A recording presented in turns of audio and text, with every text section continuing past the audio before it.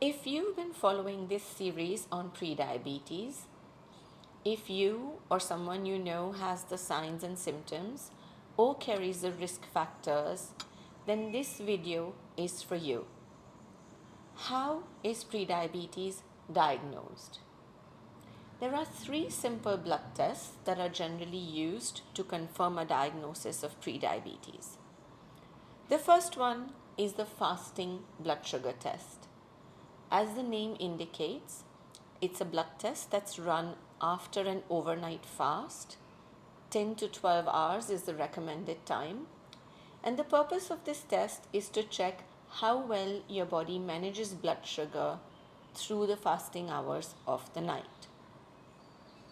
The second test is the post-meal blood sugar test, or the OGTT. I know that sounds like a mouthful. It stands for Oral Glucose Tolerance Test. You either eat a meal or you consume an 80-gram glucose load, and then the test is run 2 hours after the meal or the glucose load. I think you might have guessed. The purpose of this test is to see how well your body manages the food or the glucose load 2 hours later. And then there are standard thresholds into which your blood sugar needs to fall into to determine whether your blood sugar is normal or in the prediabetes range. The third test is called the HbA1c test or the A1c test, and this test is very interesting.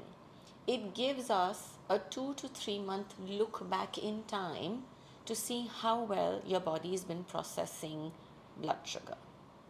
So between these 3 tests, if any of the numbers are out of range, then I would recommend that you start taking steps and look at reversing processes that have started to go wrong.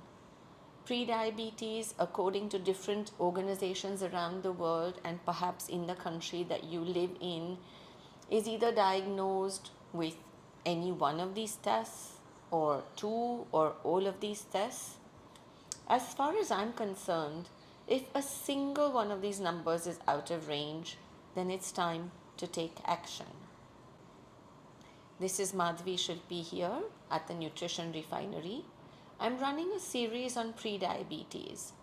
If this is a topic that you're interested in and would like to know more about, do stay tuned, post comments, ask questions. Of course, hit the subscribe button and the notification bell. There will be more information coming.